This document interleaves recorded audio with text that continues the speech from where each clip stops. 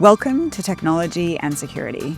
TS is a podcast exploring the intersections of emerging technologies and national security.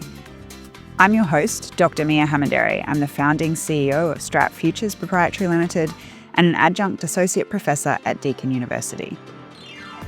My guest today is Jon Whittle. Thanks for joining me on the Technology and Security podcast, Jon. Thank you for having me.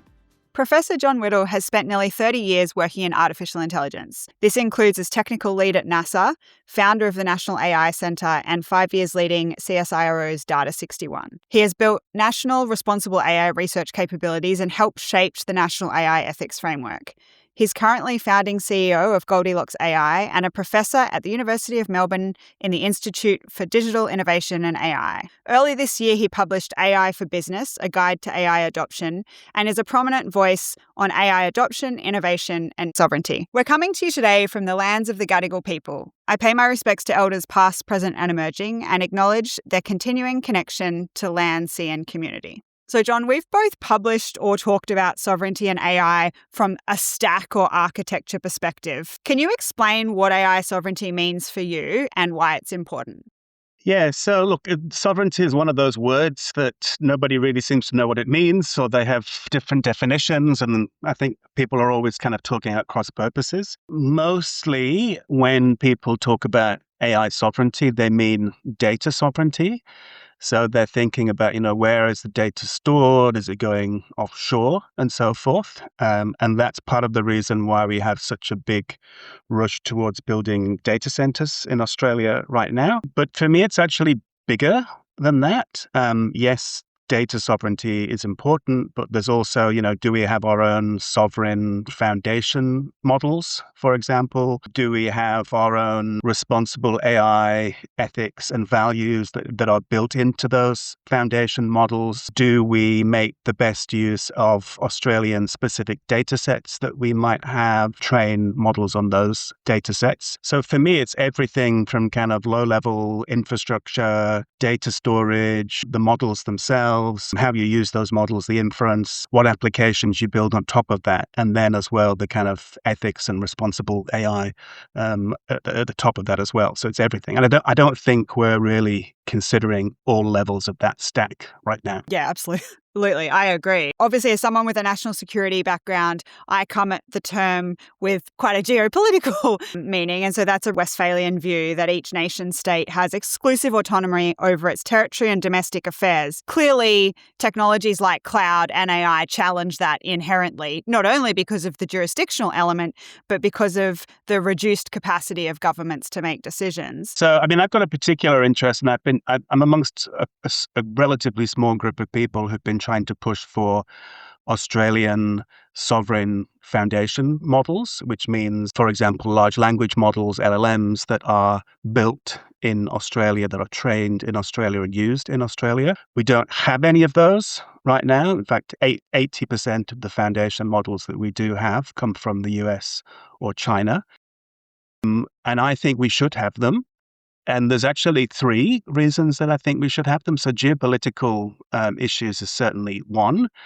12 months ago, people like me used to say that, we need our own models because of geopolitical risks, because if we're dependent on the US and China, they could turn off those models whenever they liked. And 12 months ago, you were laughed out of the room, I'm guessing? We were completely laughed out of the room and said, no, that would never happen. And yet we've now seen that happen twice. So that really brings it home, I think. So we are dependent geopolitically on those models from overseas, and they're starting to run pretty significant parts of our economy. But I think it's not just geopolitical. There's 2 other reasons why I think we need to build those models ourselves. One is because we want to maintain our own values in those models. And again, we really have no control over what values, what guardrails are put in place in the models right now. We see the, potential relaxing of copyright law being allegedly discussed right now. And that is coming again down to the fact that we have that dependence on overseas providers. And then the third reason, which is probably the most important, to be honest, is economic. we are at risk of a Uberization of the entire Australian economy if we're not careful. If we're building more and more on foundation models, which use tokens that we pay for and send that money overseas, we're really, I think, at risk of having whole swathes of the economy that are using, foreign tools and paying for those foreign tools, which means that we're just kind of sending money overseas in millions, if not billions of dollars. And we should be trying to capture at least some of that revenue ourselves, I think. I mean, I've seen you have written elsewhere that Australian models trained on Australian data with proper copyright protections built in are possible. And that's not a view that is actually widely espoused. Obviously, as you mentioned, the conversations in Canberra are live on these issues. And as you say, the copyright protections, privacy protections, they don't seem anywhere as near as certain as they once were.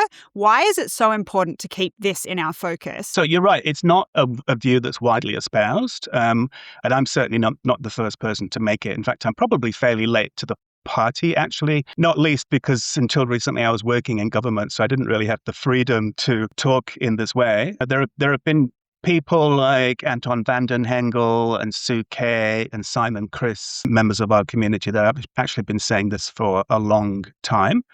The good news is, I think, given what's happened with, cutting off models like Fable, I think the conversation is live now, and it's much more live than I've seen it in a few years. The usual argument against it is that, it's too expensive and we're too far behind the US and China that we'll never catch up. And I'm just not sure if I buy that.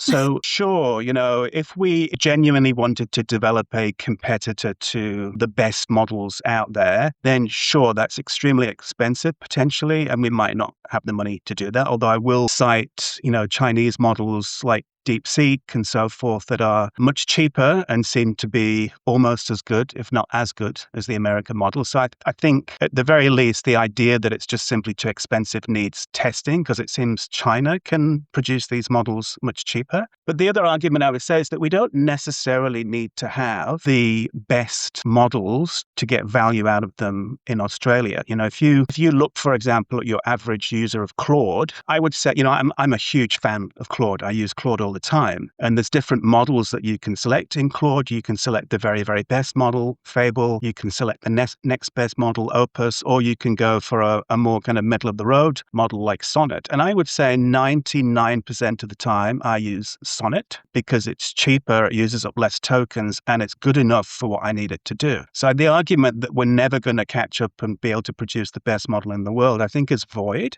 because we don't have to. All we have to do is produce a viable alternative. And I think there would be a market for that in Australia if we had one. But we just don't have it yet. Yeah, I absolutely agree with that. You have written that many times and repeatedly come up against this argument that we're too small to build our own models. And yet, what would it take for Australia to invest in the capabilities for us to build our own models? I think we just need to give it a go. I've kind of been saying this, although I've been saying it more publicly in the last few months. I've been saying this behind closed doors for at least the last 6 years. I mean, I took over leading Data 61 at CSIRO in 2020. And so I was involved in lots of conversations with federal government about national AI plan and things like that. And this was a topic that I raised again and again. Didn't really get very far with. And again, the argument was always, we'll never catch up. Well, that was 6 years ago that I started having those conversations. And of course, we're not going to catch up if we never do anything. But if we'd have actually started to try something 6 years ago, maybe we wouldn't be the best in the world, but we'd at least be in the race right now. And we're not in the race. And the other thing I always say is that there's the race that we're in now, and then there's the race that is coming. By which I mean that the current generation of AI that we have, which is mainly based on scale and large language models, that's the current flavor of AI, but it's not going to be the last flavor of AI that we ever have. There's already some evidence that shows that, the capabilities there are kind of plateauing. And so there's a lot of people out there, people like Gary Marcus, for example, that are arguing that the next generation of AI will be what they call neurosymbolic, which is combining the large language model, very data-driven AI with really more traditional rule-based or symbolic AI. It turns out that in neurosymbolic AI, we've actually got world-leading capability in our Australian universities in that area.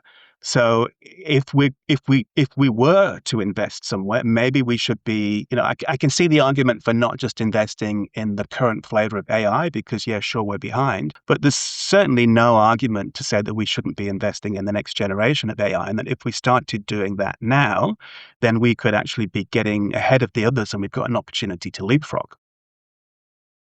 In a conversation you had with Simon, Chris, you discussed partial sovereignty and you raised local data storage and noting that you're pro data centers, but you concluded that having some form of sovereignty, as in partial, not complete, creates a false confidence because things like, the model layer or inference might be offshore. Can you talk us through this a little? Yeah, so again, it comes back to that kind of stack idea. So I've got this notion of a stack that has kind of data centers at the bottom. It's got foundation models on top of that, then the inference or the actual use of the models on top of that, and then you've got applications and responsible AI on top of that. We're very much down at that lower level right now. All the focus is on that kind of data centers, the data sovereignty. And that's all well and good, but there's definitely, I do a lot of work, for example, with corporate Australia, and they are, I would say most organizations I work with are still very much struggling to try and find value out of adopting AI at an enterprise level. And certainly one of the things that is holding them back is, privacy, security. What happens if our staff are kind of putting data into these models? Where does it go? Is it going to be used to train models? Is it going to, all those kinds of things? So I think there is a commercial and corporate argument to having, an alternative to the big kind of frontier models. And again, I don't see this as an either or. I'm not saying, never use, as I said, I love Claude. I use it all the time. I'm not saying never use Claude, never use OpenAI, but it would be just nice. It would just be nice to have a choice, including ones that were homegrown. What are some of the interdependencies and vulnerabilities between AI and security that you wish were better understood? So I think there's a lot of misconceptions about AI. And it probably comes down to the fact that people don't realize how much better the models are today than they were, say, a couple of years ago. So people still worry about things like hallucinations at a personal use level. And although hallucinations definitely haven't gone away, I think things have definitely improved compared to where we were a couple of years ago. I think if you talk to CTOs and so forth in organizations, they worry a lot about the security of the AI that they're running. And again, I'm not trying to discount the worries, but I do feel like sometimes security is used as a reason not to deploy AI rather than thinking, okay, let's figure out how to make it work. And I'll give you maybe a personal example where I think I see people's kind of reactions and misconceptions. So about a couple of months ago, I decided that I wanted to give Claude access to my bank account. And usually when I say that, there's like a look of horror on people's faces. But I'll tell you the scenario. And the scenario was that I had a few bills to pay, gardener bills and cleaner bills and things like that. And I never get around to paying these bills. I'm always behind. And they're usually just invoices sitting in my Gmail. So I was sat at home one day and I thought, oh, maybe I could automate this process using Claude. So I gave it access to my Gmail. It pulled out my invoices pretty quickly. It could read them just fine. And then I thought, okay, let's give it access to my bank account. And I used, if you've ever used computer use in Claude, you can actually give it control of your browser so it can browse anything on the web on your behalf. So it did that. It refused at first to touch my bank account because of security reasons, but I coaxed it and said, just go on, do it, and then it would. So long story short, it logged into my bank account. It was set up payments, it made those payments and basically did anything it wanted within my bank account. Now, most people are horrified when I tell this story and like, oh, aren't you scared about security and so forth? The funny thing is, when I was actually doing it, I felt pretty safe, actually. I didn't feel like, my bank account was suddenly about to be drained or anything like that. And I use that example because I think it's kind of systematic of maybe a broader thing, is because there's not enough understanding out there of the kind of true capabilities and guardrails that are actually built in to some of these models. And I'm not saying let it rip and suddenly give it access to everyone's bank account. That's not what I'm saying. But what I'm saying is that it's maybe not as dangerous as you might initially think it is. I mean, I definitely, the piece of the speed of model development really resonates, because if you try something, you come in a little bit, you have a go at it, and it's really, it's not that great, you walk away from it, and that's your lasting memory of it. But the models do move quite quickly, and their capacity changes. And I think that's something, especially for those people that tried early on and sort of gave up on it, I think it's a really good thing to give people, the opportunity to go back and retest how they see it. Yeah, and they've moved a lot. In particular, I think just this year. I mean, if you take AI coding as an example, even towards the end of last year, a lot of these coding tools were very niche. They didn't really work that well unless you really knew how to kind of coax them, but get the best out of them. So they weren't really in widespread use by software engineers. That all changed in early 2026. There was a step change in capability. And now, I know a single software engineer now who's not using AI coding tools as part of their daily work. So that's completely disrupted a whole swathe of the employed population there pretty much overnight. And yeah, as you say, I don't think people necessarily realize that, because maybe they tried something in one of the tools 12 months ago and it didn't work that well. So they thought, I'll just forget it. But things have moved on, Absolutely. You mentioned you advise to a lot of corporate Australia, and as an advisor to major companies, do you have insights into trends when it comes to actual productivity gains? Yes. So I've looked into this a lot and I've written about this. So all the evidence on productivity shows that you really have to make a distinction between personal productivity and then organizational and national productivity. So at a personal level, AI will typically make you more productive, depending on the task. You can write that email faster, you can produce that PowerPoint slide quicker and so forth. Not always, because sometimes, you go down rabbit holes or there's too many things to correct. But in general, studies that have been done show that for personal productivity, you typically get anything between a 5 to 70% increase in productivity, depending on the task and the context. Where we're seeing no evidence for organizational productivity is aggregating that up. And here there are misconceptions. So I think, I'll hear, people in corporate Australia say things like, oh, if we've got 5,000 employees. If we save 2 hours a week using AI, then that means we save 10,000 hours across the whole organization. Well, no, you don't. Because it depends what you do with that saved time. And typically people are not going to the beach early on a Friday afternoon because they're using AI. Typically what happens is that there is more organizational noise, like pointless meetings, that fill that time very, very quickly. So all the evidence shows that we're not yet seeing those productivity increases at an organizational level, and certainly not at a national level, although there's been an interesting debate going on in the US. People like Eric Brynjolfsson have done studies of US payroll data and other data sources where they've showed that there might be there are productivity increases in the US right now. And some people like Brynjolfsson are attributing at least part of that to AI, but it's not clear whether it's a correlation or a causation. The area where I'm really focusing is that link between the personal productivity and the organizational productivity, and how can organizations scale up AI adoption enterprise-wide and get real benefits from it.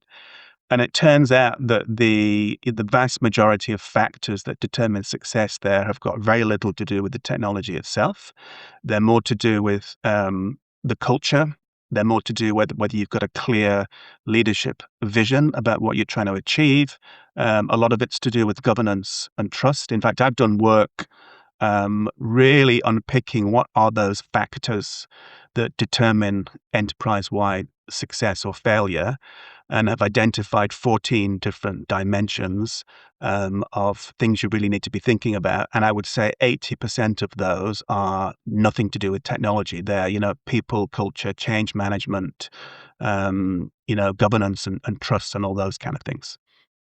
Yeah, every time technology evolves, we sort of throw out our past experience and focus Oh, on yeah. the shiny thing. My PhD was in big data, and it was exactly the same. Absolutely. And that's what I tell people. In fact, all my clients, that's exactly what I say to them. I said, look, the bad news is it's hard to get enterprise-wide ROI from AI right now. But the good news is you already know how to do it because you've been through transformations before, and 80% of it is the same playbook, So then what are the limitations of AI, or not so much the technology, but the way that people are trying to implement it, that you wish leaders currently understood? Yeah, so I often talk about, I've got a few kind of anti-patterns for AI adoption that I talk about, which is basically what not to do. Maybe I'll just give you a couple of those. So the first one is what I call use case chaos. And this goes as follows. Somebody on the board or the CEO says, we must adopt AI. All our competitors are adopting AI, so we need some AI use cases. And then they go out across the whole of the organization and they try to develop or find AI use cases, and they make a long list. I've seen this list be as high as 400 or 500 use cases in medium-sized organizations. And they then create a problem for themselves, right? Because what are you going to do with 500 use cases? So they typically then give it to a small team within IT and say, make sense of this.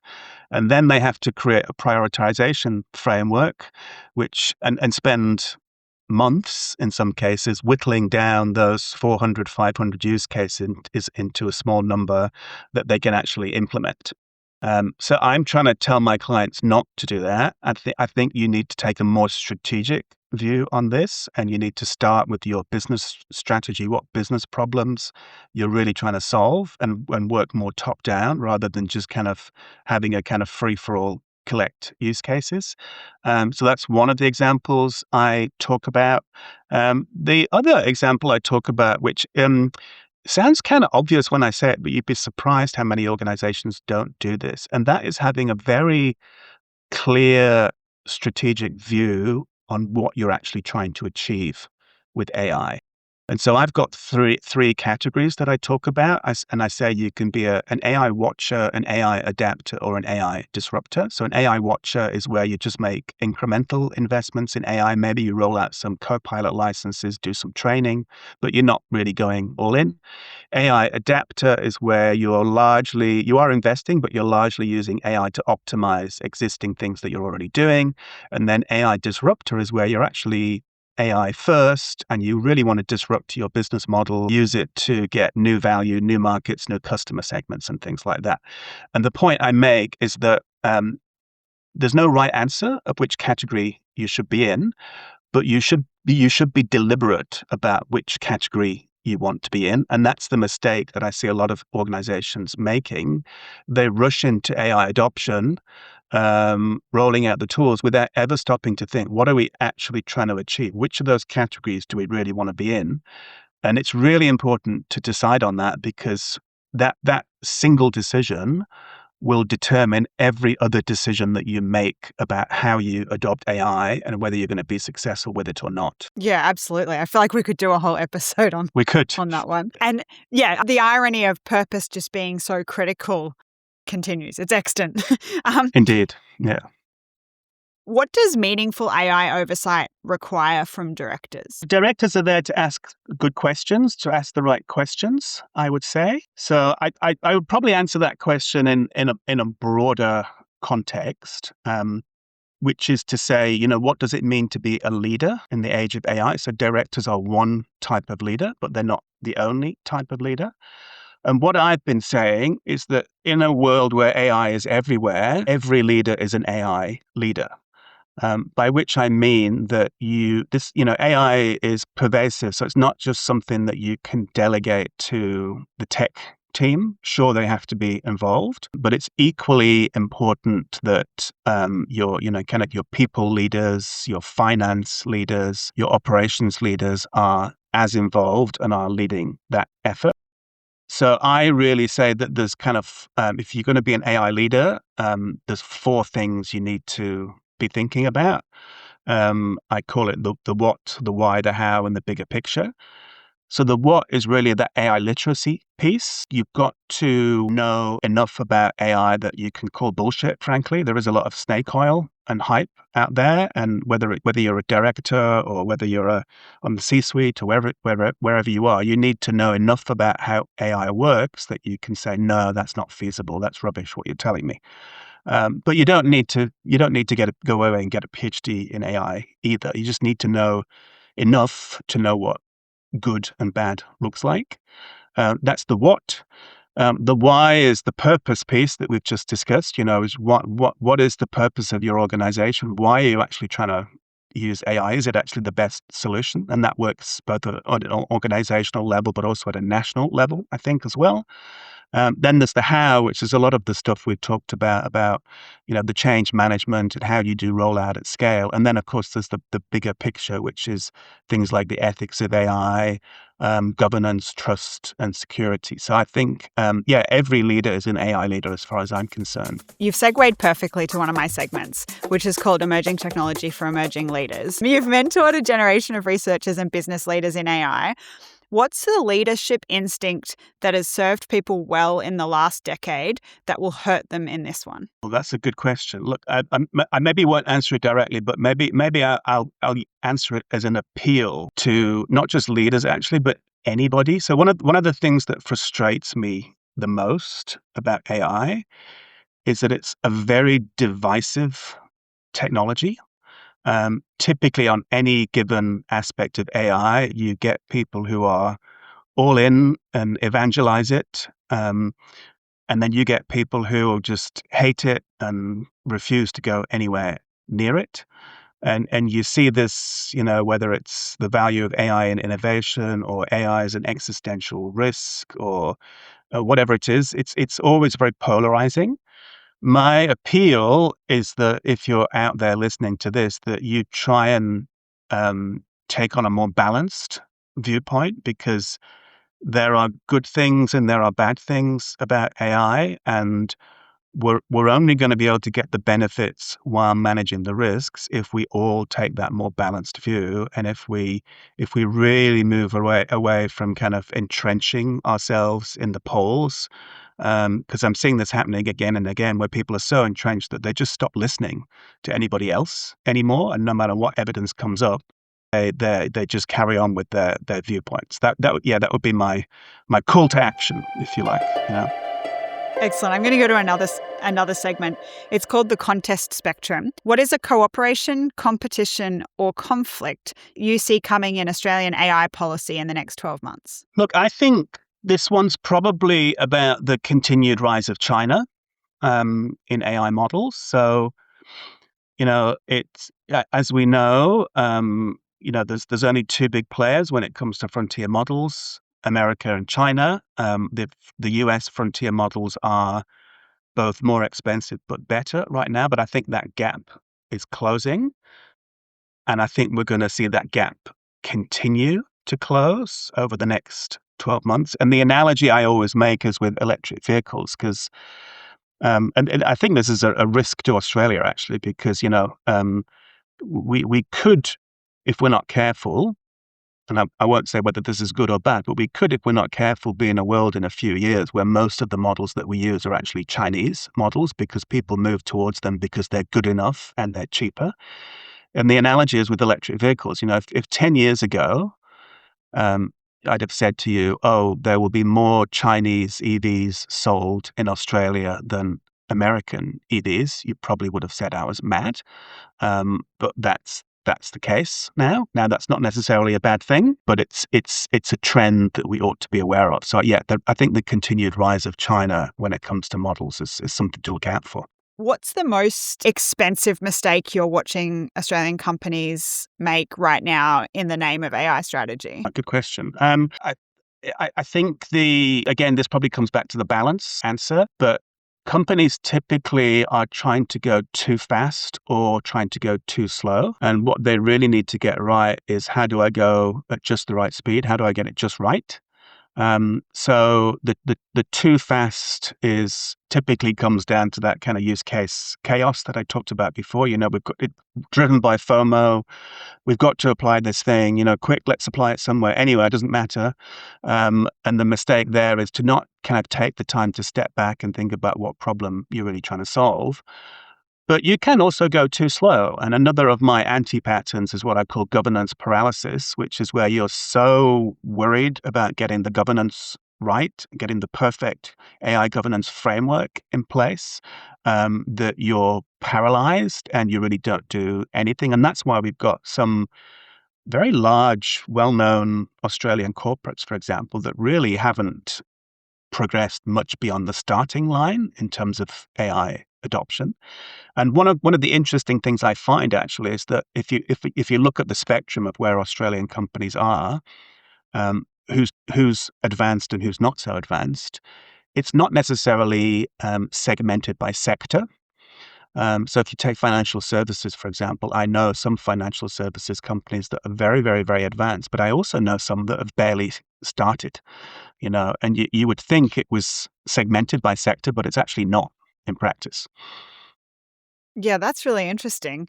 Um, Probably down to, yeah, like leadership, risk evaluation, and understanding of purpose. Yeah, and culture. Yeah, exactly. I'm going to go to a segment called Grounded. What should we stay focused on and connected to this year, given the pace of change? So I mean, pretty much everybody I know, whether they're in AI or not, is feeling very overwhelmed right now because of the pace of change of AI. In fact, that's one of the most common questions that I get asked when I give talks, which is how do you stay on top of everything? Um, and to be honest, I've given up trying to stay on top of everything because it's just impossible. You would drive yourself crazy. So I think to stay grounded, you have to accept the fact that you're not going to know everything, that you're living in a world where you'll have imperfect information and you have to make decisions in that world, and actually just give yourself permission. Give yourself permission to not know everything and to not stay on top of every LinkedIn article or every announcement that comes out of the big tech companies, would be my advice. Excellent. I want to go to a segment. What are some of the key alliances or relationships that Australia and Australian companies should focus on in AI? So I'm quite interested and excited to see how Australia's new AI Safety Institute will evolve. So bit of the history on this. So if you go back to the series of international AI innovation summits that started with Rishi Sunak in Bletchley Park a couple of years ago, that was where world leaders kind of come together. And at the time, there was very much an agenda of, how do we ensure that these models are safe? That's been followed up with events in Paris and South Korea. One of the key outcomes of those summits is that many of the key countries in the area now have AI safety institutes, which are designed to work together internationally and test the models, evaluate the models, and really help make sure that they are safe. Australia was a bit slow to the party, it has to be said, but we do now have one. It's just kind of getting up and running. So yeah, I'm really keen to see how that develops over the next 12 months. Even though we didn't have one until recently, some of our Australian research were already collaborating internationally with some of the other AI safety institutes. So I think that's a key alliance that we should be thinking about for the future. What does Australia need to do now so that we can build AI in the future and not just buy it? I think we need to have a vision and go after that vision. One of the problems I think we have in Australia is that we have short political terms, 3 years, and that can make it very difficult to have those long-term visions. In fact, the nature of the political cycles means that um, you sometimes end up undoing work just because it was previous government that put things in place. One of the things you talked about at the beginning of this interview was the sort of pillars of AI sovereignty. And I wonder if they wouldn't be a great place to start. I'd probably add to them, I've published about energy supply, workforce, and connectivity as well. But I mean, if you started with those as the pillars to move not just individual access to AI technologies, but to actually rethink where Australia is and where we could be, that vision starts to look a little bit more tangible than, changing policy. Yeah, and look, we do have a lot of things going for us in Australia. So I do think the push on data centers is right. I think we're number 4 in the world for data centers right now, number 2 for pipeline. So there's definitely a huge opportunity there. We have amazing AI talent here as well. I mean, I moved to Australia in 2017, and it struck me straight away what amazing AI researchers and talent we have that really wasn't visible outside Australia. So if we could find a way of bringing that together, and in a way, that's what the National AI Centre was planned to do. And I think even in the startup sector, things have improved a lot since I moved to Australia 2017.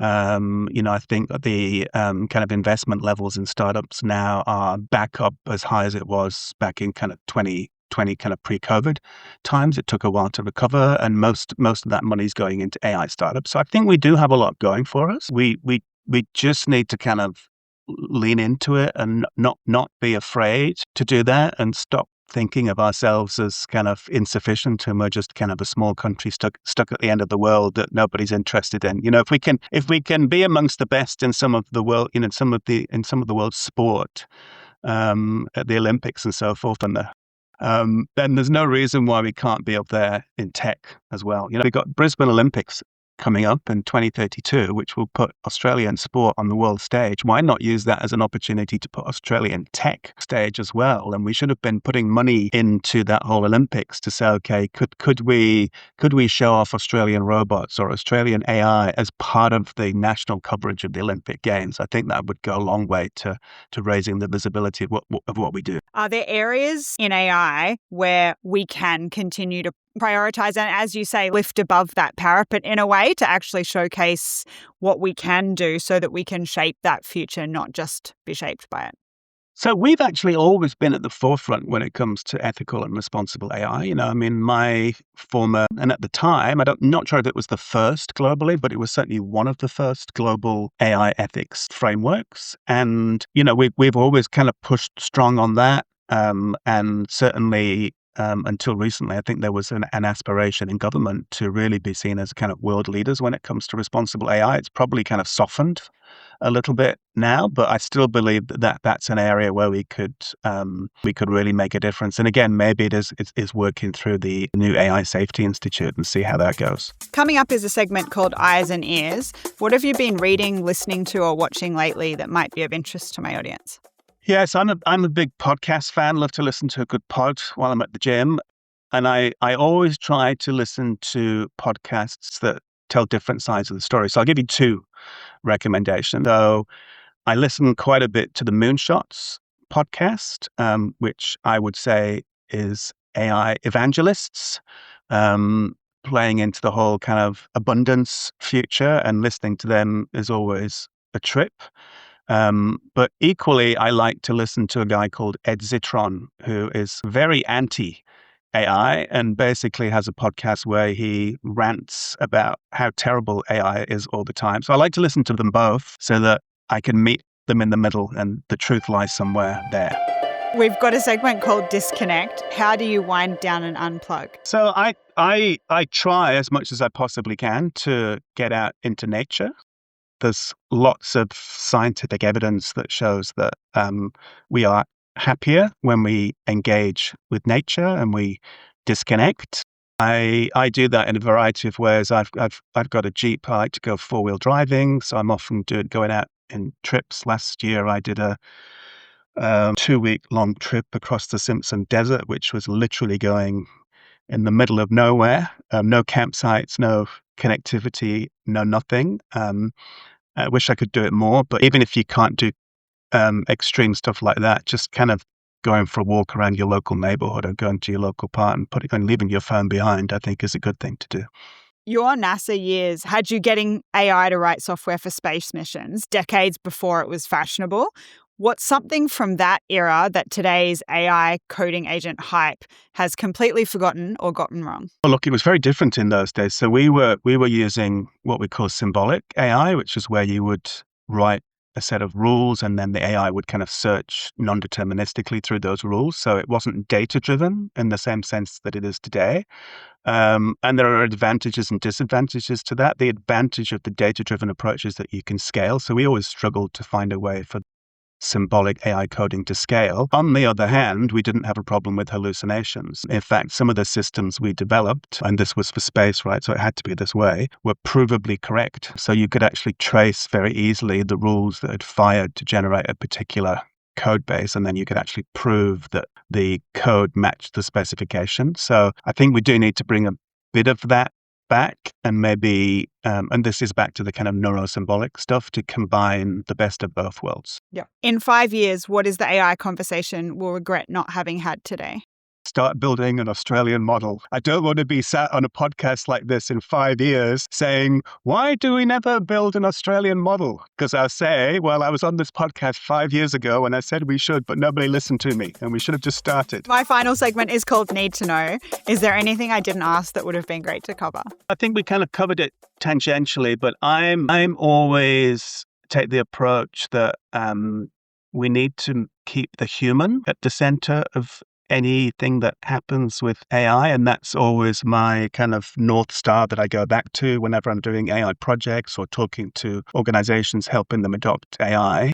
The technology's fantastic. Technology is awesome, but I think humans are even better. So let's keep humans at the center of all of this. Jon, thank you so much for joining me today on the Technology and Security podcast. It's been such a pleasure to chat. Thank you for the chat. Thank you very much. Thanks for listening to Technology and Security. I've been your host, Dr. Miah Hammond-Errey. This podcast is brought to you by Strat Futures. If there was a moment you enjoyed today or a question you have about the show, send an email to the address in the show notes. Please rate, review, and subscribe to help promote technology and security.